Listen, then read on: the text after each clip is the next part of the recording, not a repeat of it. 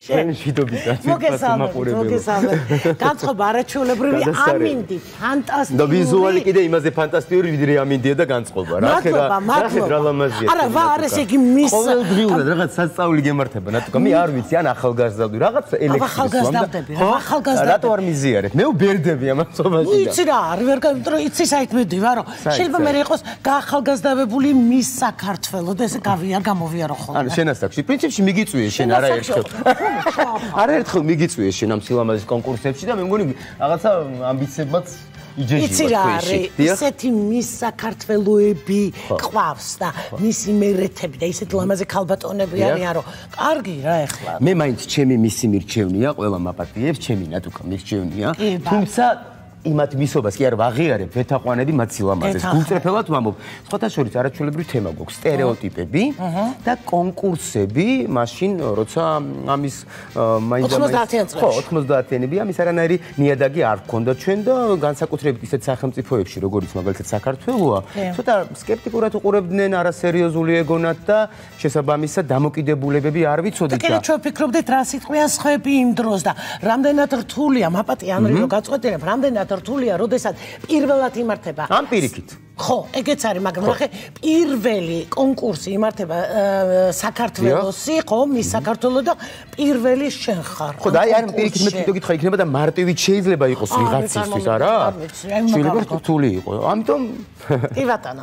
არაჩვეულებრივი სტუმარი უნდა წარვადგინოთ, ესე იგი პირველი მის საქართველოს როცა ჩატარდა საქართველოში და გაიმარჯვა და აი მთელი რეგიონებიდან რომ შეიკრიბნენ ბევრი ლამაზი ქალბატონები და ერთ-ერთი გამოირჩა ამ ბევრი რეგიონიდან აი ეგეთი ქალბატონია წარვადგინოთ სტუმრად, ესე იგი პირველი ქალბატონი ეს გახლავთ ლედი ხვინგია და მისი მერეთი ქალბატონი ლალი ვაშაკიძე. ორი ულამაზესი არაჩვეულებრივი ქალბატონები, ნამდვილი მისები და მართლა დედოფლები, საქართველოს დედოფლები. საკარგია, მობრძანდით. მობრძანდით ამაზად შემოგატარეთ. ნახე. სასწაული არჩევანი გაკეთებული. აი ხო იცი რას უყურებდი, მოდი დავსხდეთ, როგორ შემოდიან, იმიტომ რომ მათი სიარული, მათი აი დღემდე ნახე ჯდომა, ეს რაღაცა საოცრება არის, რომელიც ძალიან რთულია. ამიტომაც არიან ჩვენი ქვეყნის დედოფლები. და გულწრფელად მე არ ვიცი მაშინ ჟიურის ვინ წარმოადგენდა, მაგრამ დღეს ვეუბნები მათ მადლობას, რომ ნამდვილად ობიექტურები ყოფილან და ზუსტად შეურჩევიათ იგივე მის საქართველოს, იგივე მის სიმერეთი, თუმცა მის საქართველოსიც სიამოვნებით წარგადგენთ ქალბატონო ლალი. არა, ქალბატონო ლალი ეხლაც არ არის გვიან. რა თქმა უნდა. ყველაფერი შეიძლება ის იდეა დაიბადა, მე მგონი ეხლა ჩავატაროთ. რატო არ იქნება ურიგო? არ იქნება ნამდვილად ურიგო. დავანგრიოთ ის სტერეოტიპები, რომ აუცილებლად რაღაცა ასაკამდე შეიძლება. მერე შეიძლება. მოდი აუცილებლად ქალბატონო ლალი არ მიწყეს პირველი კითხვა ქალბატონო ლედისთან, იმიტომ რომ პირველად, როდესაც გაიმართა მის საქართველოს, ქალბატონო ლედი იყო წარდგენილი ამ კონკურსზე. რა შეგრძნება არის ეს და მე ვამბობ რომ ცოტათი რაღაცა სანერვიულოა, რა სიტყვია სხვები, რა საერთოდ სად მოვხვდი. აი მოდით ამაზე მოგვიყევით. მოგესალმებით, დიდი მადლობა მოწვევისათვის. ისევ თქვენთან ვარ და ძალიან სასიამოვნოა. მით უფრო სასიამოვნო არის, რომ ესეთ არაჩვეულებრივ გარემოცვაში პირველი ბლოკის შემდეგი ბლოკიც ესეთივე კარგი იქნება. ზოგადად ალბათ გაზაფხული სილამაზესთან ქალბატონებთან. ამიტომაც ძალიან სასიამოვნოა, რომ დღეს ისევ თქვენთან ვარ. მით უფრო სასიამოვნოა, რომ არაჩვეულებრივ მანდილოსთან ერთად ვარ, იმიტომ რომ მის საქართველოსამდე ჩემს ბიოგრაფიაში იყო მისი მერეთი, თუმცა სწორედ ქალბატონმა ლალიმ და მისმა თაობამ ქუთაისში, მისი მერეთი ქუთაისში ტარდებოდა, მე მისი მერეთიც გავხდი მანამდე მის საქართველოსამდე, სწორედ ქალბატონი ლალი და მისი თაობა იყვნენ ფუძემდებლები და პიონერები ამ სილამაზის კონკურსების ისტორიისა ჩვენს ქალაქში ქუთაისში.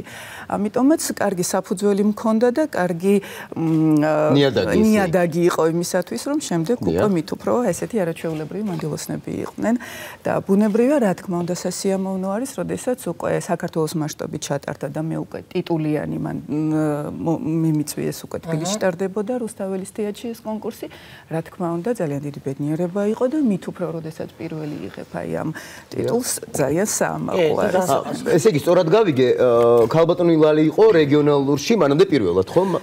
დიახ, ანუ კონკურსები სხვათა შორის სტარდებოდა რეგიონებში. ქუთაისი გამონაკლისი არ იყო და ზოგადად ქუთაისი საერთოდ ძალიან ბევრი სხვადასხვა მიმართულებით არ იყო პიონერი. ბევრი ამის შეუძლებლობები ხართ, მათ შორის თეატრი მარაცვლებლები. თეატრი, რა თქმა უნდა, მხატვრობაც ძალიან ბევრი რამ.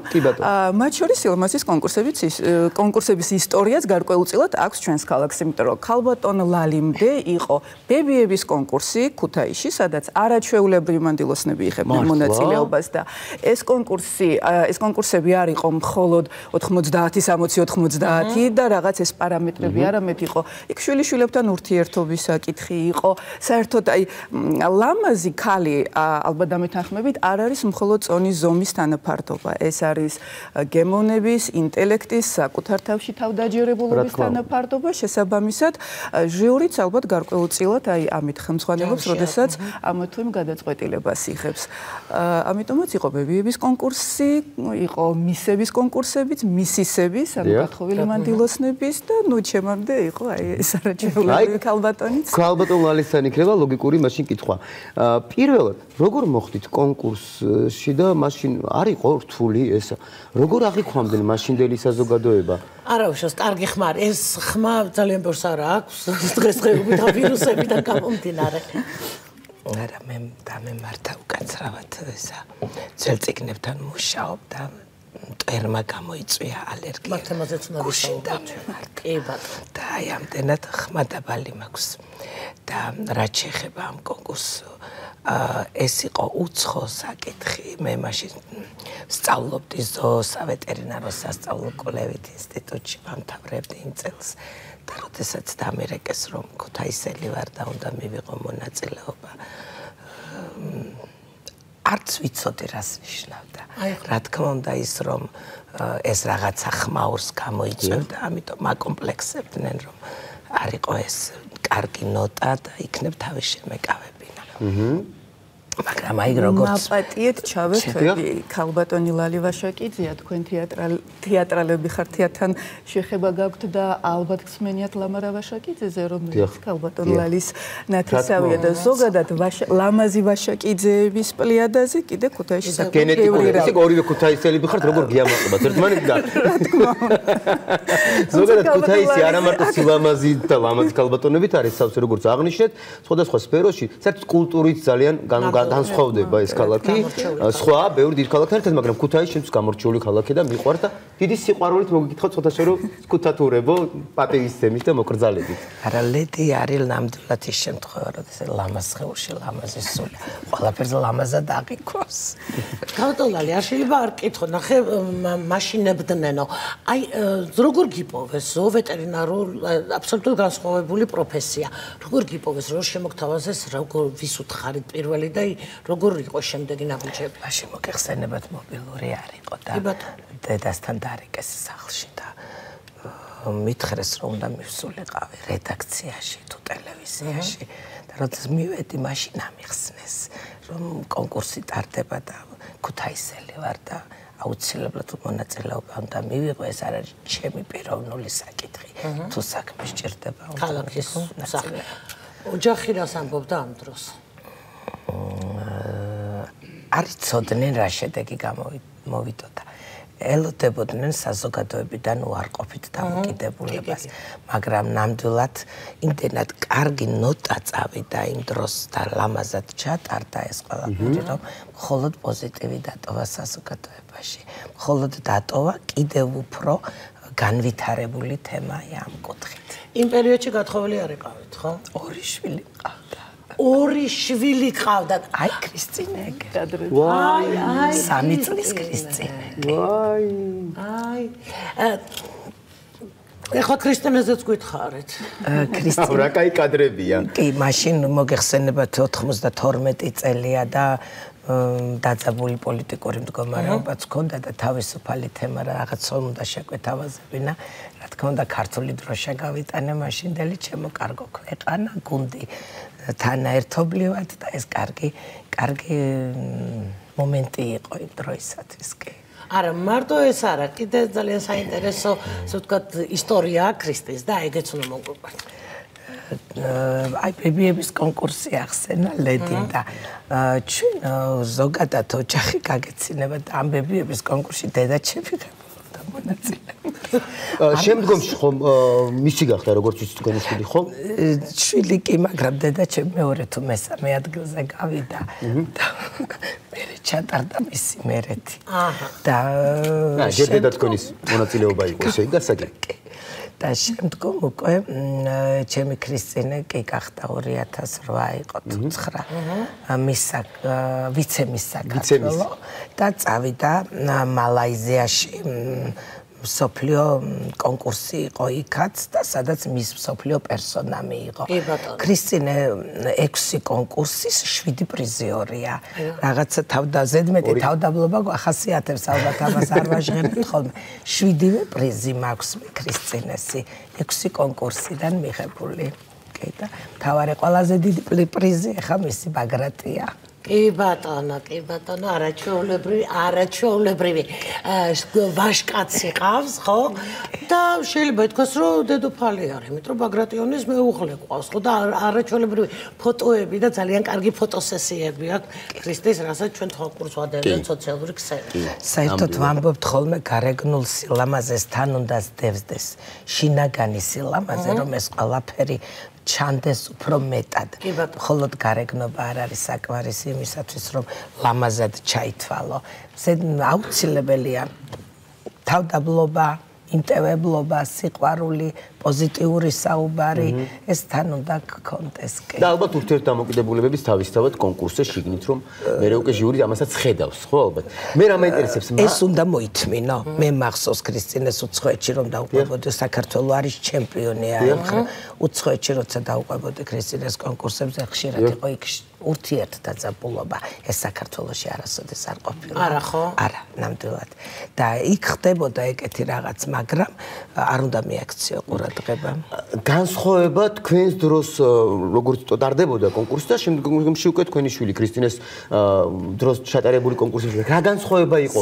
მაშინ რას ენიჭებოდა უფრო პრიორიტეტულად მაგალითად უპირატესობა და ქრისტინეს დროს რას მიექცა უფრო ყურადღება? რა თქმა უნდა, დიდი დრო გავიდა მას შემდეგ და ტექნოლოგიებიც განვითარდა, სოციალური მედიაც მეტად განვითარდა, საზოგადოების დამოკიდებულებაც მეტად განვითარდა და ძალიან რადიკალური სხვაობაა, რა თქმა უნდა, მეტი ლამაზი იღებს უკვე მონაწილეობას და ჩვენ დროს უცხოხილი იყო და ბევრი კონკურსებიც არ ტარდებოდა იმდენად და ქვეყნის მდგომარეობაც რთული იყო მაშინ შედარებით. მეტი ლამაზი იღებს მონაწილეობასო, ეს ჩემთვის ცოტა წარმოუდგენელია. შეიცვალა სილამაზის რაღაცა სტერეოტიპი დაინგრა და სტანდარტები შეიცვალა? თავისთავად კი. უკვე საერთაშორისო მასშტაბითაც მეტი კონკურსი ტარდება და მეტი მოთხოვნებია. მე როდესაც ქრისტეს დაუყვებოდი, ყურადღებას აქცევდნენ. იქ ყველა ჟიურის წევრი ამ გოგონებთან ერთად ცხოვრობდა და აქცევდნენ მათ განწყობას, მათ აზროვნებას, ყურადღებას და მახსოვს რომ თურმე არც ვიცოდით, როცა ქრისტინემ მის პერსონა, მსოფლიო მის პერსონა გახდა.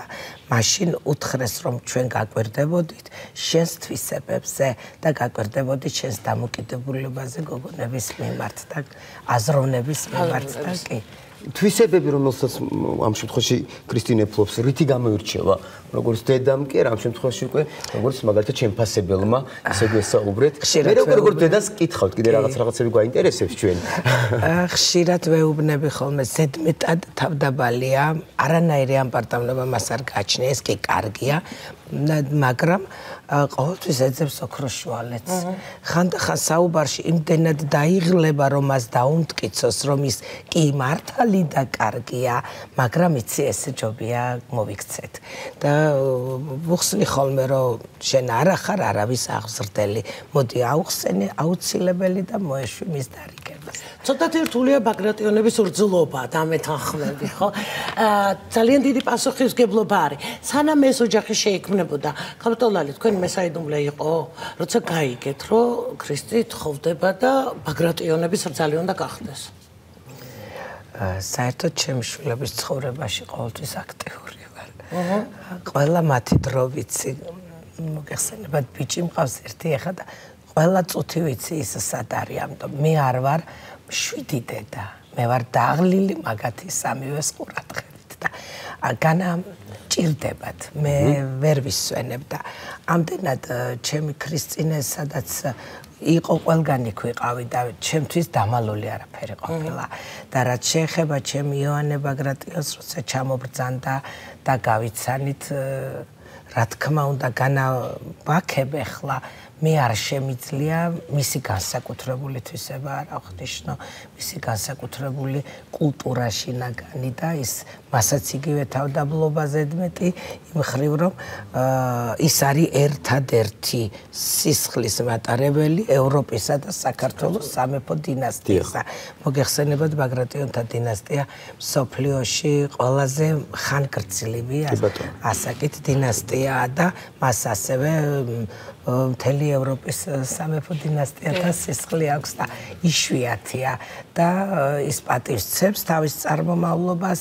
და არის საკმაოდ განათლებული და საკმაოდ კომფორტული ურთიერთობის. როგორი ურთიერთობა გაქვთ სიძესთან? მაინც ბაგრატოვანებს შიგნიდან აქვთ ის რაღაც სამეფო სისფერის სისხლი ბოლოს და ბოლოს ისეთები არიან რომ შეხედავ ხმის ამოუღებლად მაინც დისტანცია გიჩნდება თვითონ ადამიანს და თქვენ როგორი ურთიერთობა გაქვთ? როგორც მეფეს ისე აღიქვამთ თუ როგორც სიძე მხოლოდ ასეთი ურთიერთობა და შემოიფარგლებით ძალიან ახლობლურად რომ როდესაც ჩავდივარ მათთან ესპანეთში ან მის წრესთან ვარ წვეული სხვა ვარ ნამდვილად არ ვარ თავისუფალი კი ვაღიარებ და ხშირად კონტროლს უწევ მოქმედებას და როდესაც ან გარკვეული სუფრები იშლება იქ სურათს არავინ გადამაღებინებს თუ რაიმე სურათი მე თვითონ სურვილით უცებ ავტვირთებ Facebook-ზე ჩემი შვილები წაშლია მართლა შლია კი და კი განსაკუთრებულად მეც ვაღიარებ რომ სხვაგვარად ვარ მობილიზებული ნამდვილად თავისი ეტიკეტის ჩაცმულობით, თავისი მოქმედების ჩაცმულობით და თავისი მისალმებით, საუბრით და ასე შემდეგ. კი ვცდილობ მათ ავყვე. გაბატონლედი, რამდენადაც ვიცით, თქვენ ოჯახი ცოტა გვიან შექმნით, ხო? აი მოდი ხო თქვენც მოგვიყევით, რა იყო ეს, როდესაც უკვე იყავით თქვენ მის საქართველო და რამდენი ხნის მერე მოხდა ეს ყველაფერი? ეთით რა საკმაოდ დიდი ხნის შემდეგ მოხდა მიუხედავად იმისა რომ მაშინ როდესაც მე სილამაზის კონკურსებში ვიღებდი მონაწილეობა ზოგადად ძალიან ისეთი მიღებული ფორმა იყო ის რომ ძალიან ბევრი კონკურსანტი მალევე კონკურსის შემდეგ თხოვდებოდა მაგრამ ნუ ახლა მოხდა ისე რომ ჩვენთან ოჯახში სხვა პრიორიტეტები იყო კონკურსი კარგი იყო კონკურსად მაგრამ ნუ განათლება უნდა მიმეღო შესაბამისად ნუ მქონდა ეს გეზი აღებული ამიტომაც კონკურსის შემდეგ იყო ნუ კონკურსში მონაწილეობის დროს ვსწავლობდი სამუსიკო სასწავლებელში შესაბამისად ჯერ სამუსიკო სასწავლებელი უნდა დამემთავრებინა შემდეგ უკვე იყო კონსერვატორია ჟურნალისტიკა და ასე შემდეგ და ბოლოს თანაც ჩემი მეუღლე აქ საქართველოში თავადაც არ იყო 15 წლის ასაკში საქართველოდან წავიდა უცხოეთში იქ სწავლობდა კონკურსებზე ბევრი სმენია თქო ნამდვილად ვერ გეტყვით თავიდან რომ ვუთხარი კიდევაც უბრალოდ რომ მოიძია ინფორმაცია და გაიგო თუ ვინ არის გარკვეულწილად ცოტათი ხუმრობაც კი ეგონა მაგრამ შემდეგ უკვე როდესაც ყო სადაც მივდიოდით ყველგან ხვდებოდნენ და ეუბნებოდნენ თუ ვინ ვიყავი და ხვდებოდა ესეთ გარემოში სადაც ყველა ძალიან მოწიწები და პატივისცემით მეკცეოდა შემდეგ უკვე რა თქმა უნდა ბუნებრივია ბედნიერი და ამაყი გახდა და არის კიდევაც ამიტომაც არის ხოლმე რა თქმა უნდა დაუძახებ რომ უბრალო ადამიანი არ აქვს ერთ-ერთი სასურველი მანდილოსანი დიახ შემდეგ კითხვა რა თქმა უნდა ორივეს გიხებათ და მოვისმენ სიამოვნებით ამაზე პასუხს თქვენ დროს მაინც არ იყო ინტერნეტი და ასე საზოგადოების ხო და არ იყო ეს აღუნიშნე და მაშინ საზოგადოების აზრი ისეთოსე ძალიან რთულად გასაგები იყო დღეს ყველაფერი ვიცით ჩვენზე ვინ რას ლაპარაკობს ვინ რა აზრის არის როგორ ხდებოდა მაშინ საზოგადოების აზრის თქვენამდე მოსვლა და რამდენად დამახინჯებული მოდიოდა, რამდენად სწორად მოდიოდა და შემდგომში ამან თუ იქონია გავლენა თქვენს მომავალ ცხოვრებაში. ეცით რა ზოგადად საზოგადოებრივი აზრი რა თქმა უნდა ხედავ რა ბუნებრივია მაგრამ გამომდინარე იქიდან რომ მე ბავშვობიდან ძალიან აქტიური ბავშვი ვიყავი და ძალიან ბევრ სხვადასხვა აქტივობებში ვიყავი ჩართული შესაბამისად ვიცოდი იმ ადამიანების განწყობა რომლებიც არა მხოლოდ ჩემს გვერდით არიან არამედ ზოგადად თანაც თქვენი ყოფილი კოლეგაც ვიყავი მუშაობდი ტელევიზიაში წლების განმავლობაში წამყვანად და რაღაც უფრო მეტი რა თქმა უნდა სიმპათია იყო ძალიან ბევრი, მაგრამ იყვნენ ადამიანები, რომლებსაც რა თქმა უნდა ჰქონდათ რაღაც ესეთი ნეგატიური მოკიდებულებაც, მაგრამ იცით რა, მე მგონი ეხლა გაცილებით უფრო მეტი ნეგატივი მოდის აი ზუსტად იმ სოციალურ ქსელებში, ვიდრე მაშინ იყო. არ ვიცი ეს რით არის განპირობებული, რა თქმა უნდა არ არის სასიამოვნო, უფრო მეცაც გეტყვით ამ შემთხვევაში ჩემი ოჯახის წევრები ალბათ უფრო განიცდიან, როდესაც რაღაც ნახავენ ისეც რაც არ არის სასიამოვნო, მაგრამ მე ალბათ გარკვეულწილად იმუნიტეტიც გამომიმუშავდა და ცით არის არაჩვეულებრივი ბრიტანული თუ არ ვცდები გამოთქმა, კატას არასოდეს აინტერესებს რას ამბობენ მასზე თაგვები. თუ კი ამით ვიხემძღვანელებთ, იცით რა და იყოს ყველას ვერ მოეწონები, არ შეიძლება ის რაც მე მომწონს ის თქვენ მოგწონდეთ, მაგრამ ნუ რა თქმა უნდა სასურველია რომ არ იყოს ის ნეგატივი, მაგრამ რა კი აქვს იყვნენ თაგვები, იყვნენ პრობლემა. თქვენ შემთხვევაში როგორ ხდებოდა ალბათ მახსოვს მაშინ პრესაში დაიწერა. მაშინ მუშაობდა პრესა გაზეთაში და სხვადასხვა პრესაში დაიწერა და ეხლა საქართველოს თვითონ პატარა და ქუთაისი მით უმეტეს და რა თქმა უნდა ერთმანეთთან საუბრებიც არ იმალება, მაგრამ ვერ გეტყვით, არ მახსოვს არც ერთი ნეგატივი. არ მაგონდება ნამდვილად არა. რა კარგია. მაშინ გაცილებით უფრო კარგად და პოზიტიურად იხებდნენ აი ამ ასეთი ტიპის აქტივობებს, ვიდრე ეხლა არის. ეხლა ეხლა დაახლოებით მაინც ვიცით, რომ არიან ადამიანები, მაშინათვე გამოძებნიან ნაკს. არ არის აქ საუბარი, როდესაც სილამაზის კონკურსზე გამარჯვებულზე, ან ზოგადად მონაწილეზე არის საუბარი, აქ ჟიურიც არ ხელმძღვანელობს რაღაც განსაკუთრებული რაღაც მიდგომებით და არ ვიცი უბრალოდ ის ადამიანები რას ელოდებიან, აი როგორი უნდა იყოს. და დარწმუნებული ვარ, შეიძლება ძალიან ბევრი იგივე მსოფლიო დონის ვარსკვლავი ან ულამაზეს ქალად აღიარებული, ალბათ მათი მოსაწონიც არ იქნება ეგრე არის, მაგრამ იცით რა, მსოფლიო სილამაზების ბევრი ვიცით პანდილოსნები, რომლებიც ვიღაცებს მოგწონს, ვიღაცებს არ. რა თქმა უნდა, და ამაზე მიდის ხოლმე ბევრი დავა. დიახ, არის უბრალოდ რა თქმა უნდა სასურველი იქნება, თუ კი ეს არ იქნება რაღაცა შეურაცხმყოფელი, თორემ აზრი რა თქმა უნდა ყველამ უნდა გამოთქვას. მე რაღაც სილამაზეს ისიც იცვლება დროთა განმავლობაში და მე ყოველთვის ვამბობ გემოვნებაზე დაობენ. თუ ამას არ დაობენ, სწორედ გემოვნებაზე დაობენ. ძალიან დიდი მადლობა ქალბატონებო, სასწაულად ლამაზები ხართ და სულ ასეთი ლამაზები იყავით დიდხანს და გიხარი რომ ჩვენი ეთერი გაალამაზეთ კიდევ ერთხელ და მრავალჯერ გისურვებთ რომ გაალამაზოთ და მობზანდით ხშირად თქვენი არაჩვეულებრივი სილამაზით და დაგვაწყობთ. იმიტომ რომ ქალბატონ ლალის ძალიან საინტერესო კიდევ პროექტი აქვს და თემები. აი მტვერიო და ალეგია მაკო. ქალბატონ ლალის სანამ გავთ რეკლამაზე ორი სიტყვით რომ გითხრათ რომ ინტრიგა დავტოვოთ. შემდეგი თქვენ უცებ გეტყვით რომ ახლოვდება მსოფლიო ვეტერინარიის დღე 26 აპრილს აღინიშნება და ჩვენ ვეტერინარები ამას ყოველთვის აღვნიშნავთ პომპეზურად სხვათა შორის და აი ამ დღისთვის მაქვს ძალიან კარგი მოკლე ჯერ პროექტი ვეტერინარიის ისტორიის შესახებ. ვეტერინარიის ისტორია იწყება მაშინ, როდესაც კაცობრიობა და ცხოველი არსებობდა. ეგ არის ქვის ფურცლებიდან ხელოვნებიდან მეცნიერებამდე უნიკალური პერიოდი. ყოველთვის დაფასება ჰქონდა ჩვენ დარგს. თავად სიტყვა ვეტერინარი პირველი საუკუნიდან მოდის, მაგრამ ცხოველთა მოვლელი, ცხოველთა მკურნალი ყოველთვის არსებობდა და საქართველოს არის მსოფლიოში უპირატესი და პირველი დმანისის არქეოლოგიური გათხრების შემდგომ. და აი ამ თემაზე აუცილებლად მანამდე აუცილებლად მოგიწევთ ჩვენ ვიდრე ეს თარიღი დადგება და ახლა რეკლამაზე გავალთ და ძალიან მალე დაგიბრუნდებით.